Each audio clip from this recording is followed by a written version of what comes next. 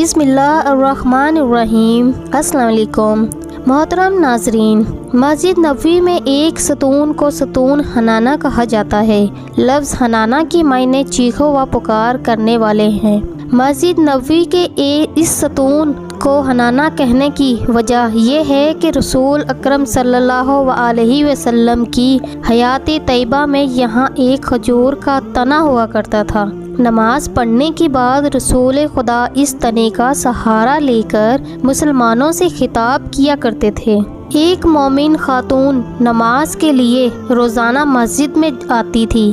ایک دن اس خاتون نے آن حضرت سے کہا، یا رسول اللہ، آپ بوڑھے ہو چکے ہیں اور اب آپ نماز کے بعد کھڑے ہو کر خطبہ نہیں دے سکتے۔ میرا بیٹا بڑا ہی ہے، اگر اجازت دیں تو وہ آپ کے لیے ممبر بنا دے گا اور آپ اس پر بیٹھ کر خطبہ دیا کریں گے۔ نبی اکرم صلی اللہ علیہ وسلم نے اس کی پیشکش قبول فرمائی۔ عورت نے اپنے بیٹے سے کہا کہ وہ آن حضرت کا ممبر تیار کرے۔ اس نے آپ کے لیے ایک ممبر بنایا جس کی 3 سیڑھیاں تھیں۔ وہ بنا کر مسجد نبوی میں لے آیا اور آن حضرت کے خطبے کی جگہ پر اسے رکھ دیا۔ جب اس نے نبی اکرم صلی اللہ علیہ وسلم نماز سے فارغ ہوئے تو آپ ممبر کی طرف تشریف لائے۔ جب آپ ممبر کی طرف جا رہے تھے اور اس کھجور کے تنے کے قریب سے گزرے تو تنے سے رونے کی آواز بلند ہوئی، جسے تمام مسلمانوں نے سنا اور اس کے رونے سے آن حضرت خطبے متاثر ہوئے۔ آپ نے اس تنے کو سینے سے لگایا جس سے سکون ہو گیا۔ پھر آپ نے اس سے فرمایا، اے کھجور کے تنے، گھبراؤ نہیں، میں نے تیرے متعلق خدا سے درخواست کی ہے کہ وہ تجھے جنت کا درخت بنائے گا۔ اس کے بعد تنا خاموش ہو گیا اور اس کے رونے کی آوازیں رک گئیں۔ بیان کیا جاتا ہے کہ وہ تنا بنی امیہ کے عہد تک مسجد میں باقی رہا۔ اولاد مروان کے عہد حکومت میں مسجد کی توسیع کی گئی تو اس کو کاٹ کر پھینک دیا گیا۔ ایک مومنہ خاتون 300 درہم کی تھیلی لے کر نبی اکرم کی خدمت میں حاضر ہوئیں۔ اس نے وہ رقم آپ کی نظر کی اور عرض کیا، یا رسول اللہ، یہ درہم فقیرہ میں تقسیم کر دیں۔ آن حضرت صلی اللہ علیہ وسلم نے وہاں پر موجود ایک صحابی سے فرمایا، اس سے یہ تھیلی لے لو اور سونے کی یہ درہم زمین پر رکھ دو۔ صحابی نے وہ تھیلی لی اور خاتون کے سامنے اسے انڈیلا تو اس میں سے سونے کے درہم زمین پر گرنے لگے۔ جب خاتون نے یہ منظر دیکھا تو وہ حیران رہ گئی اور اس نے کہا، یا رسول اللہ، میں تو اس تھیلی میں چاندی کے درہم ڈال کر لائی تھی، اب سونے کے درہم اس میں سے کیسے برآمد ہوئے؟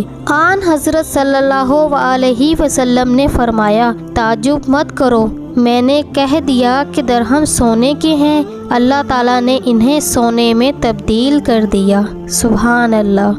ایک مرتبہ ابو جہل اپنے ایک یہودی دوست کو ساتھ لے کر نبی اکرم صلی اللہ علیہ وسلم کے پاس آئے اور بڑی بے ہودگی سے کہا، محمد، تو کب تک ہمارے خدا کے خلاف جسارت آمیز باتیں کرتا رہے گا؟ اگر تو نے اپنی نبوت کے دلائل کو و معجزات پیش نہ کیے تو ہم تجھے قتل کر دیں گے۔ نبی اکرم صلی اللہ علیہ وسلم نے فرمایا، جو کچھ تم چاہتے ہو عنقریب تمہیں دکھاؤں گا۔ ابو جہل نے اپنے یہودی ساتھی سے مشورہ کیا کہ بتاؤ محمد سے کس طرح کا معجزہ طلب کریں جس کے پیش کرنے سے یہ عاجز آ جائے۔ یہودی نے کہا، اگر تم نے زمین پر موجود کسی چیز کا معجزہ طلب کیا تو وہ اپنے جادو کے زور پر وہ معجزہ تمہیں دکھا دے گا۔ تم اس سے آسمانی معجزہ طلب کرو کیونکہ آسمان پر جادو نہیں چل سکتا۔ ابو جہل نے کہا، محمد، اگر چاند کے 2 ٹکڑے کر دے تو ہم تجھ پر ایمان لائیں گے اور تیری بیعت کریں گے۔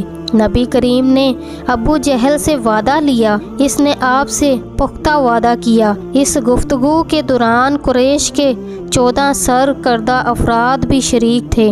انہوں نے بھی آپ سے یہی وعدہ کیا کہ اگر آپ نے چاند کے 2 حصے کر دیے تو ہم سب آپ پر ایمان لے آئیں گے۔ اس وقت جبریل امین خدا کی طرف سے آپ پر نازل ہوئے اور انہوں نے کہا کہ اللہ کہہ رہا ہے کہ ہم نے اخلاق و نجوم کو آپ کتابیں کر دیا ہے، آپ جب چاہیں گے وہ آپ کے حکم کی تعبیر کریں گے۔ اللہ کا وعدہ سن کر آپ مطمئن ہو گئے اور آپ نے فرمایا کہ جب چاند مکمل جوان ہو کر بدر کامل کی صورت اختیار کرے گا تو میں اس رات کے معجزہ پیش کروں گا۔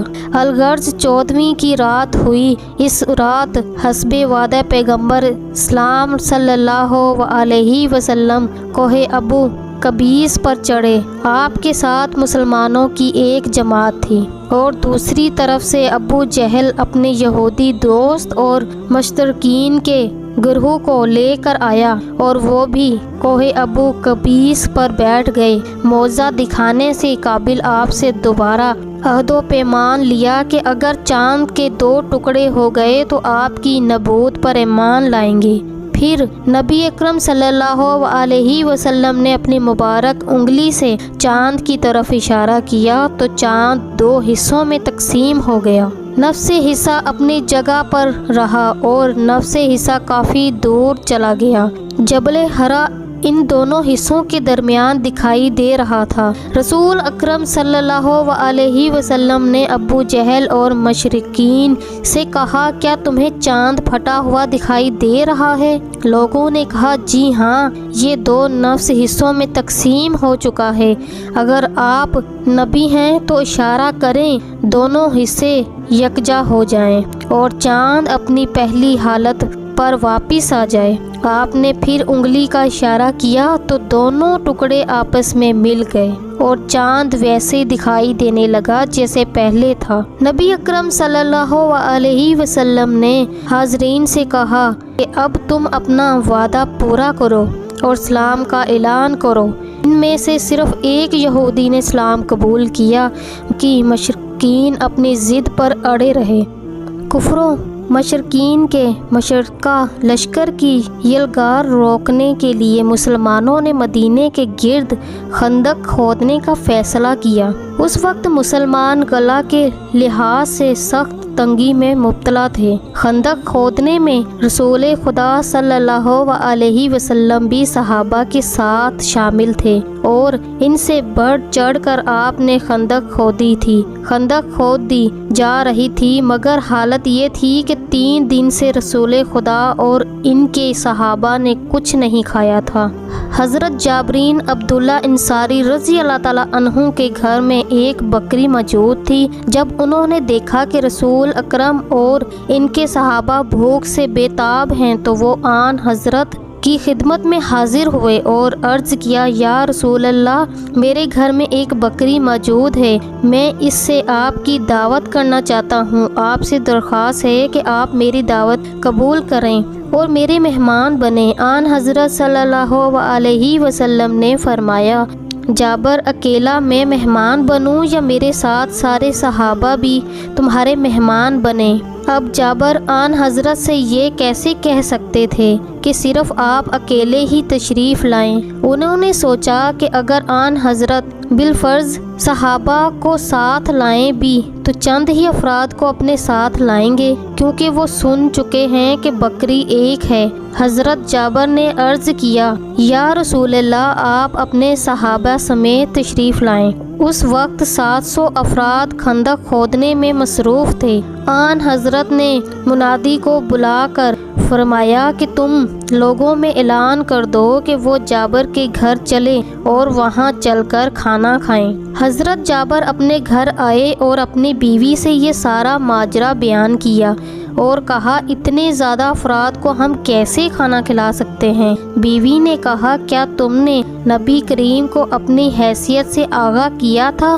جابر نے کہا، جی ہاں۔ بیوی نے کہا، پھر تمہیں فکر کرنے کی کوئی ضرورت نہیں ہے، رسول خدا بہتر جانتے ہیں کہ انہیں کیا کرنا ہے۔ الغرض جابر کی جوزہ نے گوشت پکایا اور اس میں شوربے پر کچھ زیادہ ہی رکھا اور کچھ روٹیاں پکا لی۔ دوپہر ڈھلے آن حضرت سینکڑوں صحابہ کو لے کر حضرت جابر رضی اللہ تعالیٰ عنہ کے مقام پر آئے۔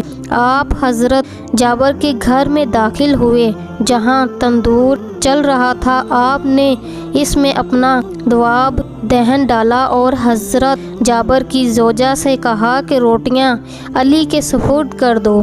حضرت جابر برتنوں میں شوربہ ڈالتے گئے اور رسول خدا برتن لے کر صحابہ کو دیتے گئے۔ خدا نے کھانے میں برکت عطا کی اور تمام صحابہ نے پیٹ بھر کر کھانا کھایا۔ جب 700 افراد سیرو ہو کر روانہ ہوئے تو حضرت جابر رضی اللہ تعالیٰ عنہ کہتے ہیں، میں نے ہانڈی میں جھانک کر دیکھا تو وہ جوں کی جوں گوشت سے بھری ہوئی تھی اور یوں محسوس ہوتا تھا کہ اس میں سے کسی کو بھی کچھ نہیں دیا گیا۔ سبحان اللہ۔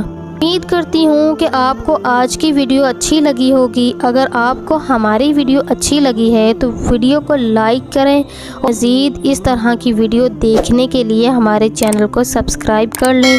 ملتے ہیں نیکسٹ ویڈیو میں، اجازت دیجیے، اللہ حافظ۔